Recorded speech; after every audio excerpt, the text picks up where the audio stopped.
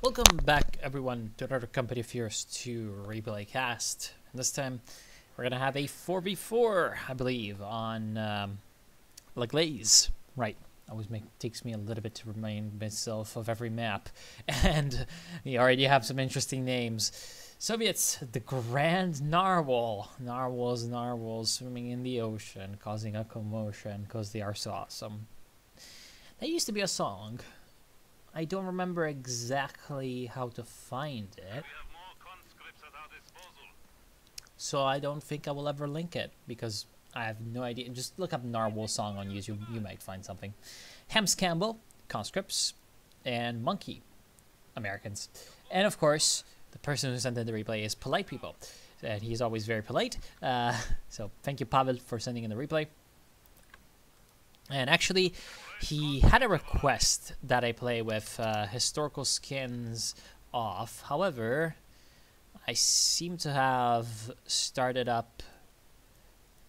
Yeah, I cannot change... Ooh, can I? Nope.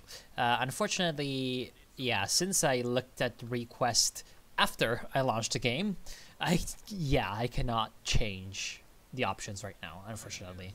So just know that his skins are cool. Anyway, Poussey, hashtag El Noob. El Noob. Spanish people. Yunstar, so 2 OKWs, Mass, yeah, Wehrmacht, and La Vipère. Who I'm just gonna call Viper.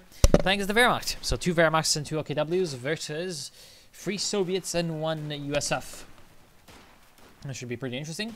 44 on Glaze. We already have a bit of skirmishing going on the left-hand side, extreme left-hand side, and the extreme right-hand side. Although on the right-hand side, I'm liking the Allied chances over here. They managed to capture the big building. This building is really useful to have. Lots of windows facing all over, and so of course these poor Volksgrenadiers are not going to have the best of times. Engineers capturing the munitions points and also kind of meat shielding for these conscripts. Conscripts which are now going to come in and flank around. Directional cover is not going to help you against this.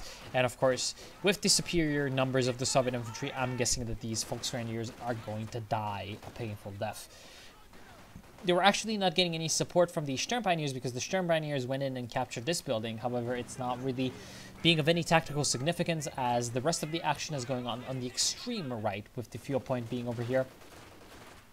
And this is not actually going all that well for the Soviet player, Grand Narwhal, and he's going to be pushed back. However, if the Germans manage to get some defenses up, he's going to have the 120mm mortar because he's picked Shock Army. So that's going to be okay for him.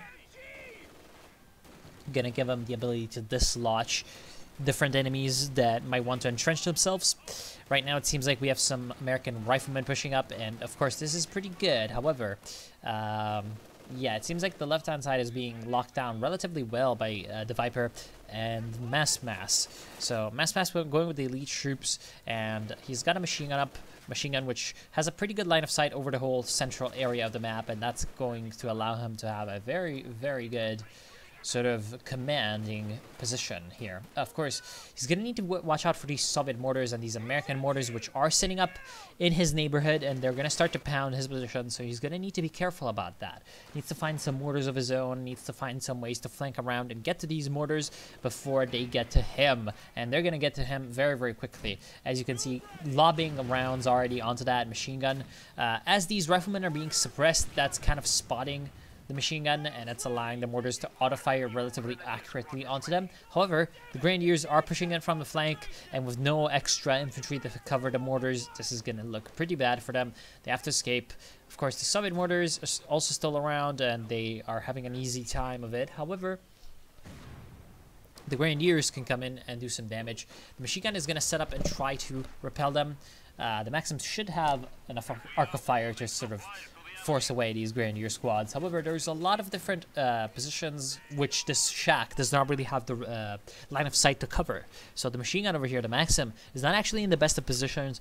The Allies are going to need to be very, very careful about that position, and they need to be, again, they need to support that machine gun. They need to support those mortars with some extra troops.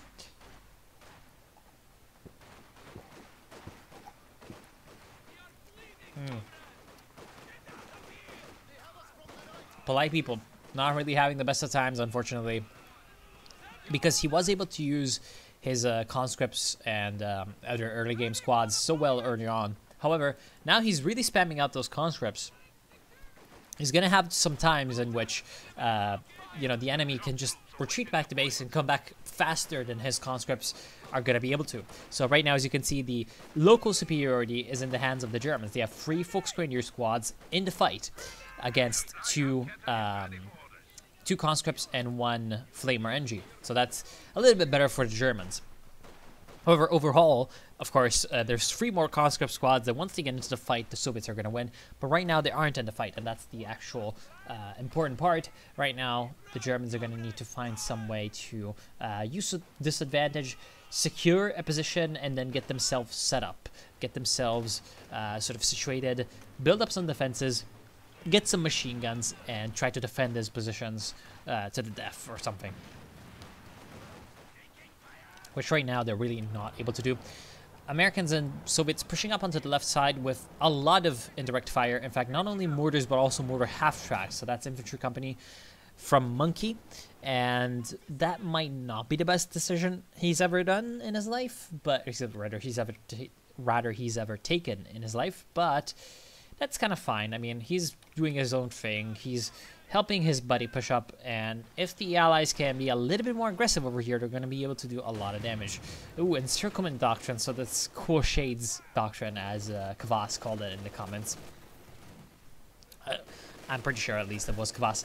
And yeah, the Cool Shades guide doctrine is pretty good because of one reason with MGs. So you get the ambush training on these machine guns, and then they can use that machine gun ambush, which is not something that people usually expect, of course. Usually you'd expect like a stormtrooper squad or some kind of assault unit to have that nice concealment. However, it's not the case, and right now that's allowing him also, well, he's distracted them enough with that ambush camouflage that now he's bringing up that flame, and the flame half-track is going to be very strong. However, there is an anti-tank gun over here, so yep, the Soviets were prepared for it. Hams Campbell getting a good shot in on that guy. However, the mortar half-track right here really can't do anything about the flame half-track, and the flame half-track unfortunately stays in the arc of fire of that machine gun for way too long and dies.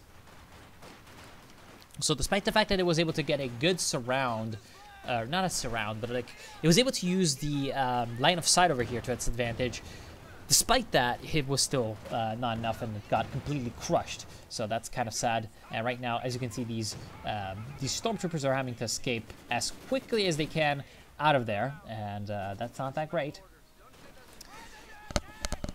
That's not that great for him. We're going to see, however, a nice push from these Grenadiers. So the Germans really holding their own onto the left side, but losing the right-hand side. And right now they're trying to do something to prevent this from happening. And it looks like we're going to have an imitation spam from Unstar.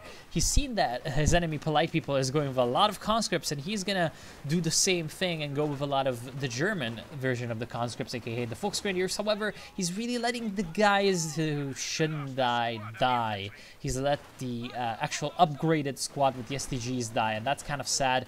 The Blob is going to be forced to escape yet again by the Soviets. So the Soviets doing what they do best and using their massive numbers of infantry, massive numbers of versatile infantry, and in fact, even further is being pushed. Even further, this doctrine is being pushed. For some reason, I said it like Yoda. Anyway, he's gonna bring out the shock troops, and if anything, these conscripts are now going to be an excellent sort of distraction for the enemy coming in, being very scary. However, all the damage is actually going to come from these shock troops. These are going to be much more dangerous than probably 2 squads of conscripts put together. So, nicely done by Polite People. Now that his enemies are going to be focused on all these conscripts, he can use these shock troops as assault units, as flankers, and then kind of shoot off into the late game and get some vehicles. Because right now, that's what the Allies really need. The Germans haven't really had the time to get out armor right now, and only now with the building of these 2 fuel caches have they managed to secure fuel superiority. So the Allies, for the moment, are supposed to be a little bit ahead on the teching. So we're going to see if they can make use of that. And right now, Monkey is going for an anti-tank gun, so he's of course, went for the captain. Captain, which is a decent idea, especially considering that later he's going to have those priests. So he really needs the extra anti-tank guns to kind of deal with that, because he's not going to have Pershings, he's not going to have Easy 8s. So anti-tank guns are a pretty good decision for him. And of course, also later on, the priests, relatively expensive when it comes to resources. So maybe he can start to use some of his resources right now. With the slightly more expensive captain, with, of course, more expensive units, then maybe later on he can save up that extra for the priest. But anyway, him along with his ally over here, Hamscamble, are doing a very, very good job at sort of taking and securing the left-hand side in this last minute, or have done in this last minute a very, very good job at taking and securing the left. So the Axis are really going to need, I think, some kind of artillery or very well-coordinated push to drive them out of this western flank. Because as you can see, infantry assaults, not going to be enough. There's way too many machine guns, way too many mortars, way too many infantry squads over here that they're going to have to troop through. So need some artillery. Whereas on the right side, of course, because it's kind of a 1v1 on the right side, we have Polite People and this spammer guy, Unistar, fighting it out in the center. That means that they're letting the right side kind of fall into a 1v1 between Poussey and this Soviet guy, the Grand Narwhal. And that's going okay-ish for the Germans, but it's still going very well for the Allies. And I know that it's not exactly the sentence that make the most sense. However, what I'm saying is that it's kind of a back and forth, and it's okay for the Germans in that, well, the rest of the map is not really going all that well for them, so they need at least something. At least a stalemate is better than being troop capped. However, it's going pretty okay for the Allies as well, because the Germans have really invested hard onto early game units over here. So if the Allies can come back around and hit them with some good late game, of course they're already starting to head into that with S-76s and all that, then they are going to be in a pretty good position. Unfortunately, Grand Narwhal never really went for those 120mm mortars, nor any shock troops. He's gone for, actually, well, one shock troop squad is on the field, but didn't really get to fight at all. So he's got a couple of nasty penal battalions. So those are going to be pretty okay against the flak half trick and all that, but still, he's going to need to find that extra bit of indirect fire in the 120mm mortar. And of course the shock troops are also pretty useful. So right now the Schwerpanzer headquarters going up over here is going to be a very, very good tool for the Germans to anchor down that defense on the right side. And I feel like the right side of the map might turn into the Germans' Festung, you know, their fortress. Whereas the left-hand side, there's going to be a bit of a role switch. Earlier on, the left side was going for the Germans and the right side was going to the Allies. It's going to be a bit of a switcheroo, and it's going to be a switcheroo with SimCities. So this could be pretty bad. It could turn into kind of an artillery slugfest at this point. So I feel like the Allies would have a bit of an advantage when it comes to that. Not only because of free Soviet players, but also because of infantry company. So right now, yeah, it's like things aren't looking all that bad for the Allies. In fact, they were able to destroy that flak half-track. What the Germans are going to try to do, of course, is try to use their tanks to really break the stalemate in the later parts of the game. And depending on how successful they are at thwarting, essentially, the Allied artillery from destroying them and using their tanks to break through and win the game for them, well, we're going to see who wins the game out of that, I think. And, yeah. Left side, bit of a push attempt from the Germans. Doing actually relatively well, however, yeah. Unfortunately, there's just way too much Allied stuff over here for them to handle, and yeah, they're going to be forced to escape. We have a bit of a flank coming in from P4, which is going to be heading straight into a captain, anti-tank gun, and of course also some riflemen with veterancy, so of course anti-tank rifle grenades. Ahoy. Right now the Panzer IV needs to be a little bit careful. There's a flanking rear echelon troop that can't do anything, but there's also conscripts over here with anti-tank grenades, so this could be pretty bad. It's going to be pretty bad for that P4. Needs to be careful, and yeah, also these conscripts need to get the hell out of the burning building. Unfortunately, they aren't, and they're gonna die. So that's pretty bad. Right side, yet more pushing coming in from the Germans. Not only are the Germans ahead in fuel already, but they are able to essentially stop the Allied income dead in its tracks right now, and that's pretty good for them. That's gonna prevent them from really shooting into that late game at all, and it's going to propel the Germans forward. So that's pretty great for them.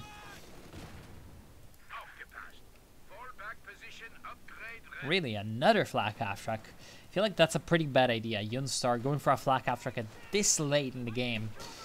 Yeah, I think it's a mistake. You should have waited until he had enough fuel to get out. Maybe even P4. Of course, if he wanted extra vehicular anti-infantry, he might have just gone for an Ostwind, but he decided not to.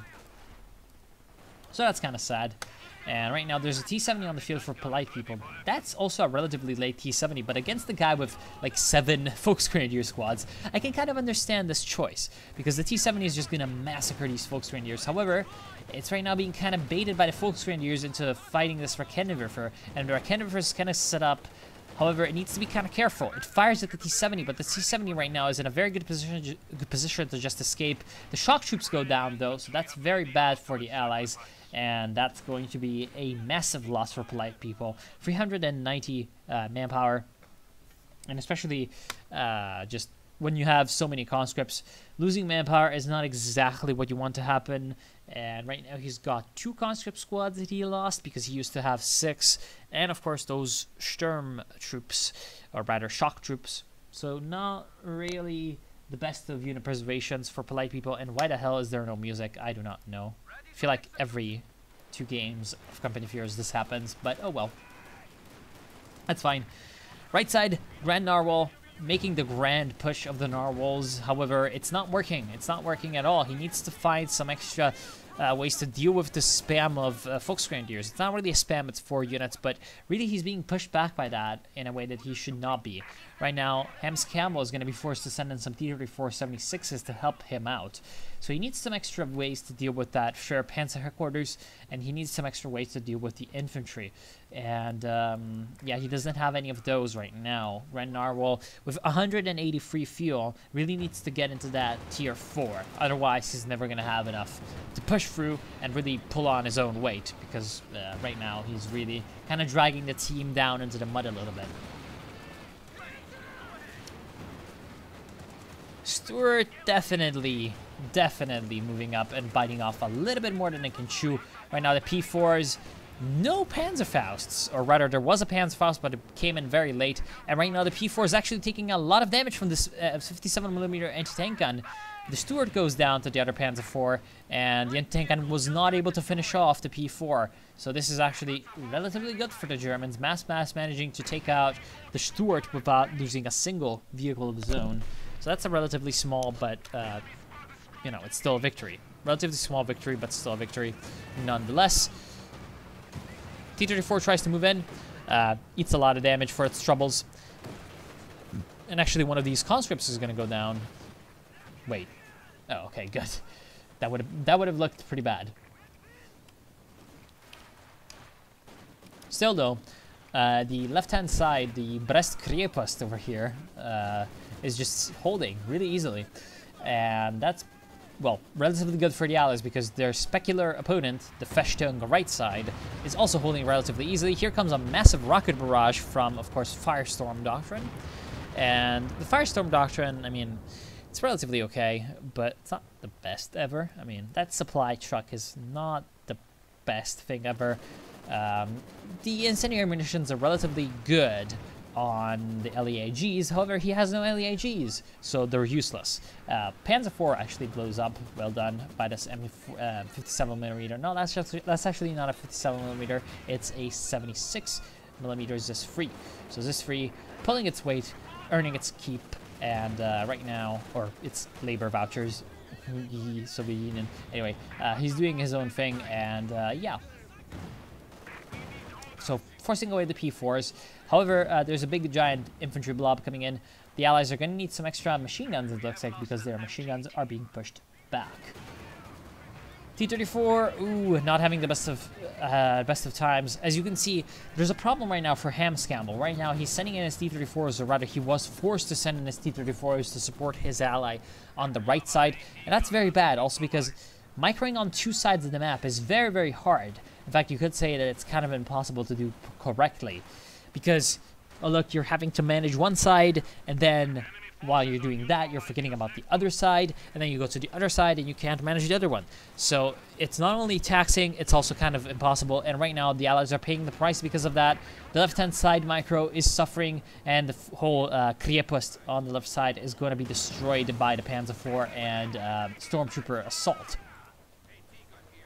And at the same time, it's not like the T-34s were really able to achieve anything on the right side. So what ended up happening was that by sending your units to both places, what you had was that you won none. Instead of concentrating on one place and maybe winning that. So that's the whole he who defends everything defends nothing, except it's more about the attention you can pay to your units, and of course that was not enough. Again, that's kind of the beauty of the 4v4 in a way, is that you only need to really focus on one side. Except sometimes you can, of course, come in and support your allies. That is always a very good decision. But you can relatively safely focus most of the time on one side. Just every once in a while, you really need to look at what's going on the other side so that you can make some decisions and maybe help out your allies. Still, permanently splitting your forces from one side to the other, a bad idea. And that's kind of allowing the Germans this victory on the left side and this victory on the right side. It's kind of allowing the Germans some good advantages. However, the T-34-76 absolutely terminating a bunch of Volksgrenadiers was, of course, going to relieve the Allies of a little bit of their stress. 2 Volksgrenadier squads going down in that.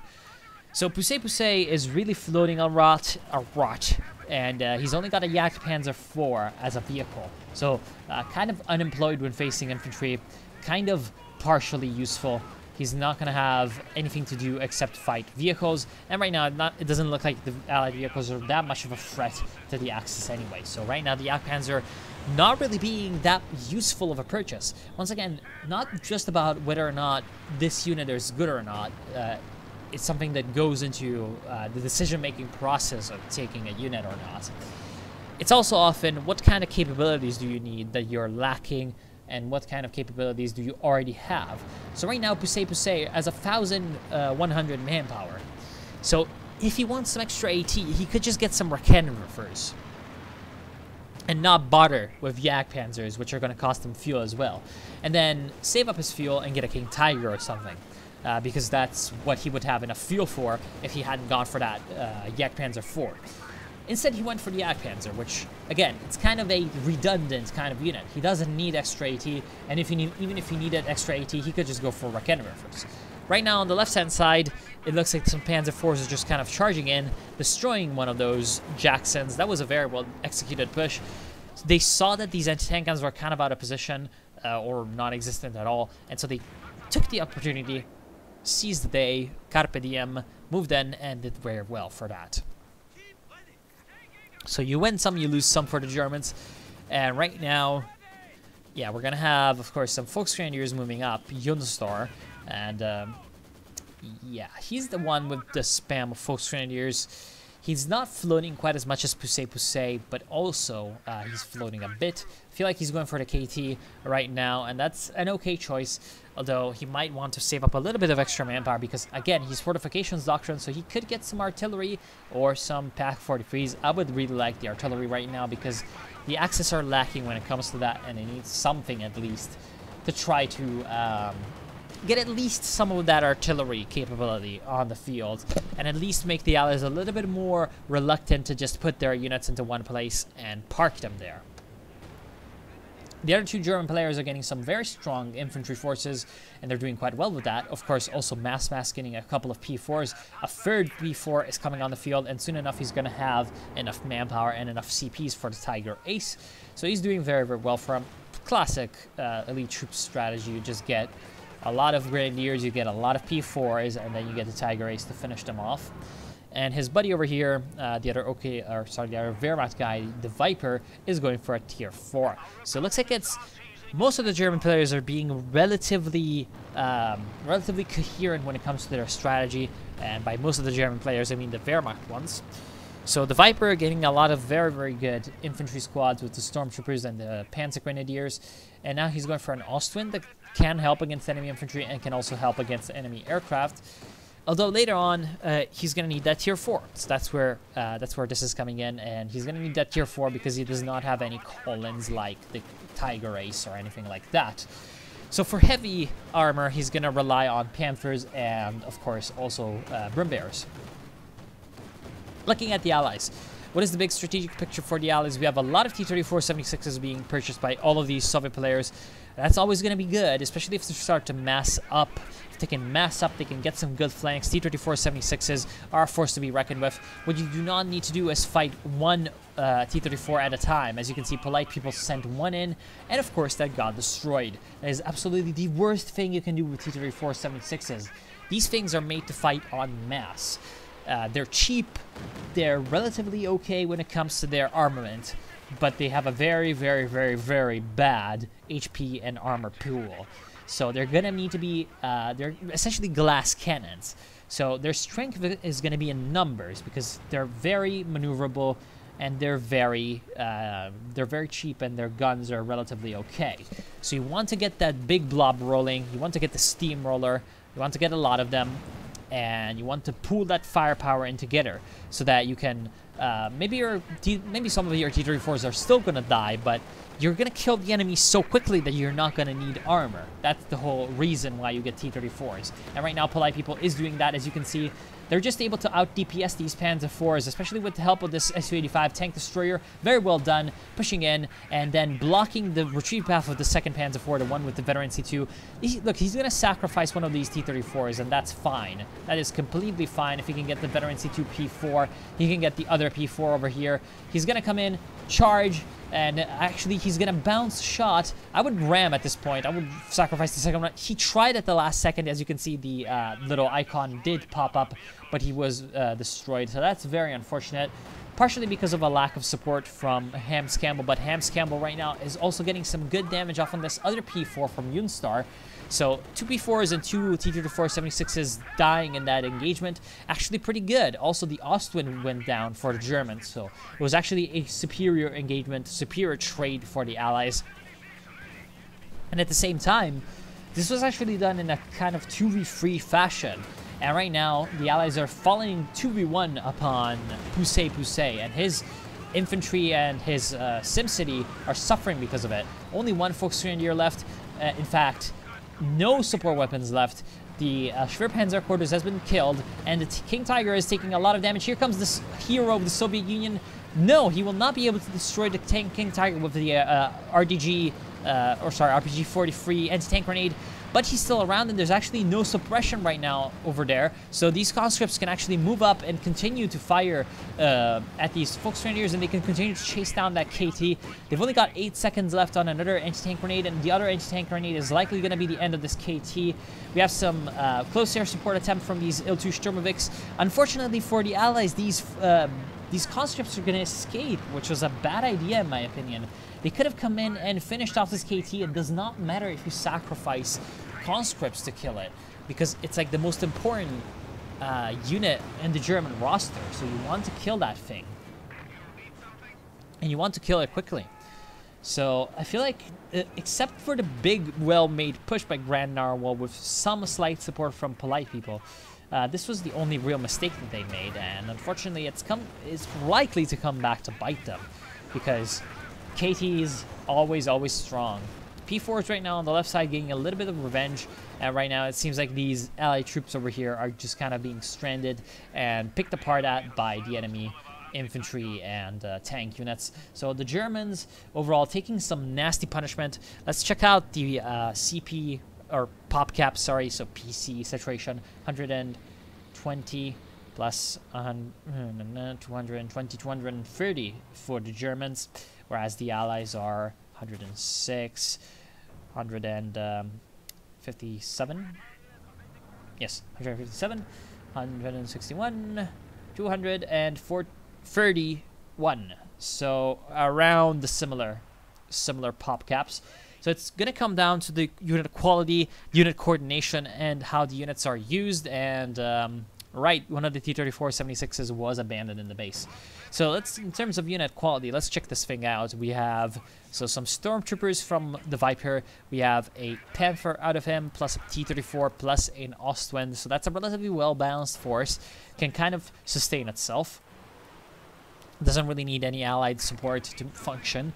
We have 2 P4s and a lot of Grenadiers, so an offensive, versatile force, but with no defensive capabilities. We have Unstar, Unarmia over here with 3 Volksgrenadiers and an artillery piece, so no vehicles actually. He's going for the KT right now, and that's going to take a while for him to get. Unfortunately, T-34-76 goes down. And Poussey really thinned out. He needs more repairs. He needs more versatile infantry that can protect the KT and the Panzer IV. Otherwise, his enemies are just gonna come around and play him like a fiddle. You know, they're gonna run around his slow, lumbering units. They're gonna make sure that they're confused as hell. They're gonna make sure that they can bring up their anti-tank guns and their, tank destroyers to kind of harass at them, and it's not gonna be good. Grand Narwhal right now, sporting that massive infantry spam, and oh, that was an interesting ML-20 howitzer shot. So, plus the howitzer, the infantry is doing its job, actually, which is protecting this right side VP and making sure that the Germans really don't have any good ways of pushing in. However, it's lacking strike capabilities, so that's going to be something that he relies on his allies for. Same thing for this guy on the left-hand side, Hams Campbell, with 2 Su-85s and a Katyusha and a lot of MGs. Very defensively minded, so the offensive operations are going to fall onto polite people with an ISU-152 and the shock troops, plus the American player, Monkey, who's also kind of thinned out, though. So, actually, the unit situation for the Allies is not looking as good as it is for the Germans. So the Germans really, the ball is in their court, kind of. At this point, they need to be the ones taking the aggression to the enemy, conquering back the territory that they lost and being, aggressive, proactive. They need to take these points. They need to smash the Allies as much as possible, because right now the Allies are going to have a harder time in dealing with the Germans if the Germans can bring up some good coordinated pushes. And as you can see, this is happening right now. Despite this very, very well done artillery strike from something, which, pretty much annihilated that Volksgrenadier push, it was causing a lot of problems. As you can see, this Jackson and the Priest as well, taking a lot of damage from the Panzerfaust, just from the Panzerfaust. So imagine if these 3 Panzer IVs had been there to support, I would say that the entire force over here would have been wiped out for the Allies, except maybe the ISU-152. So that really coming into play against the Germans, the fact that they're being so incredibly uncoordinated, it's coming back to bite them relatively hard. Ooh. And right now, not only because the Allies have sort of slightly more income, not only because they have somehow the initiative, even though it's supposed to be the Germans to have the initiative at this point, not only because of those things, but also because they have superior VP control. They're just kind of able to sit back and just, in general, try to build up their forces and use artillery to their good advantage. Whereas if the Germans were a lot more aggressive, the artillery would be useless, the Allies would not have the initiative anymore, and the Allies might lose some strategic, or rather, might lose enough resource points that they wouldn't have any more VP control and any more, of course, resource superiority. So right now, it's not looking all that good for the Germans, but it really is like the Germans' own doing. If the Germans were just able to concentrate up their forces, build them up for one massive strike and choose a decent spot for it, not even like a genius stroke or anything, they just need to choose a decent spot for it, one where essentially the enemy's entire anti-tank force is not concentrated, and yeah, they can just kind of launch an attack like that, and I think they could break the Allies rather easily. As you can see, 2 Panthers coming in entirely in an isolated fashion, entirely alone. They're causing a lot of havoc. They destroyed an Su-85. They managed to draw in the other Su-85, and now perhaps they can draw in these Jacksons and the ISU-152. So why the hell are these other German vehicles just kind of sitting around and not doing much? Finally, they're moving. Here comes the 2 Panzer IVs. One of the Panthers is taking a lot of damage, but the other one is doing a lot in return to that Su-85. Su-85, which manages to get the last shot in and destroy one of the Panthers, but the rest of the German armor is doing very well and pushing them away. However, again, the lack of coordination. The P4s came in too late, and so now the Panthers are either too damaged or too dead to come in and deal with these Jacksons, and of course, alone, these P4s cannot deal with the Jacksons. And because earlier the Tiger Ace was sent in alone, the Tiger Ace is also not able to come in and help.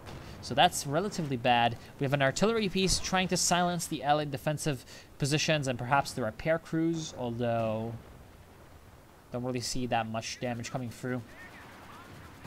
And yeah, once again, it's going to head into a stalemate, and the Allies are going to be able to rebuild their positions and defenses. So as you can see right now, the right side is the one that's kind of going the best for the Germans, of course, thanks to the combination of Jagdpanzer IV and KT. And now there's a Hetzer coming through as well, but I was about to say, there's not enough anti-infantry, and a Flame Hetzer is not going to be enough to be anti-infantry, because, oh look, there's some Su-85s around, and so overall, it just kind of doesn't look like the Germans can really push up on this right side. There's just way too much infantry, way too much defenses, way too much support weapons, way too much in general to fight through with 2 Volksgrenadier squads and a few tanks. Because when the Volksgrenadier squads die, then the tanks are without infantry support, they're without line of sight, they're without capping power, they're without everything. Here comes a big push on the left side, but however, as you can see, these German armor units are heading right into a concave of Allied tank destroyers and tanks. As you can see, one of the Jacksons did go down. It was actually an Su-85. No, it was actually a Jackson. Okay, so one of the Jacksons going down, but one of the P4s also going down, and right now, second P4 goes down. Tiger Ace is also in a bad position. It's going to get hit by a ram. The ram is going to be coming in from that T-34 and immobilizing the Tiger Ace. However, it's not going to be enough to finish it off, as there's nothing really that can follow up on it. So this is pretty good, of course, for the Allies. They were able to, just with the sacrifice of a T-34 and a Jackson, destroy 2 P4s. And with the Allied resource superiority, especially against Mass, who has the Tiger Ace, so he can now replace his lost units,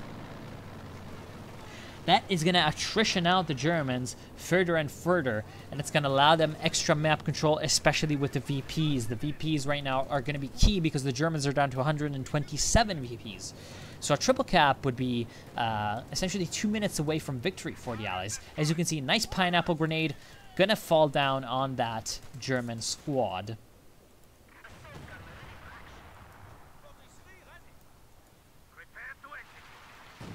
Here comes the big artillery barrages. Ooh, oh boy.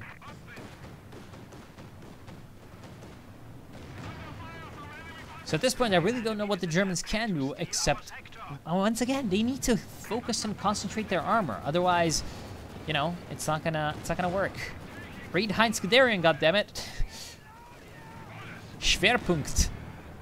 Take all your tanks and put them in one place and launch them at the enemy. That would be the best strategy right now. And oh wow, that was a nasty hit from that artillery piece. More artillery coming through. So this is actually relatively dangerous to blob up these infantry squads altogether. This is looking like it's going to do a lot of hurt to the Axis forces, taking a massive damage. And of course, here comes a big Soviet precision bombing strike, which unfortunately did not do too much. Still, the German infantry is running away, routing off to their big forward HQs. So right now, it's just not looking good because the tanks are left without any infantry support. The tanks did not push up along with the infantry, and right now, it's just not looking too good. Another KT is on the field for Unstar finally. However, it's a little bit too late. It's got no support. As you can see, none of the infantry. Nice, you know, howitzer shells destroying the enemy howitzer, securing artillery superiority for the Allies 100%. Right now, yeah, there is a good thing for the Axis in this Pack 43. However, there's just not enough support for the KTs in the Pack 43. Although, yellow, I am ISU 152. Oh, wow. That bounced. That's pretty interesting. And I think the Allies are just going to win by VPs because the Germans just don't have enough VPs. They don't have enough VPs, and they don't have enough infantry, and they don't have enough of a versatile force. They've only got armor at this point left. They don't have enough of a versatile force to really push up and take those VPs and be aggressive and retake the initiative. There goes that KT, and so that completely destroys Pusey's ability to fight enemy infantry or assault enemy positions, because that was his heavy tank, that was his big spearhead unit. And on the center, of course, Unstar finally managing to capture the center with the two big cats, of course, Mass, Tiger Ace, Unstar, Königstiger.